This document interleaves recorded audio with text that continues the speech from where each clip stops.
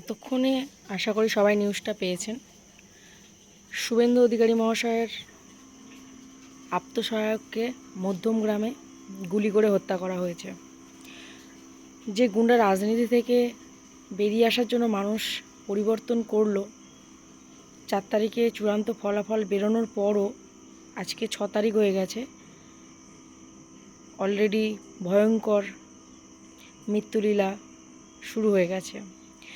গেরুয়া রং মেখে গুন্ডা বাহিনী নিজেদেরকে গেরুয়া দলের পরিচয় দিয়ে হত্যালীলা চালাচ্ছে এবং যেখানে এটা করতে পারছে না সেখানে গুলি করছে, ছোড়া মারছে। অতি সত্বর এমন ভয়মুক্ত পশ্চিমবঙ্গ আমরা সাধারণ জনগণ চাইছি, যেখানে কোনো রকমভাবে গুন্ডাগিরি এই রকম চলবে না।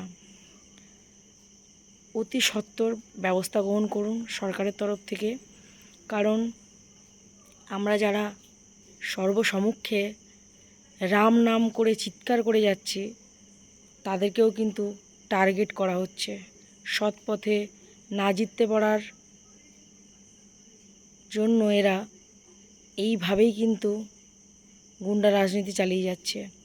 আজ হয়তো আমি কথা বলছি, কাল হয়তো আমি নাও থাকতে পারি, কিন্তু এই ভয়টা যেন মানুষের মন থেকে চলে যায়।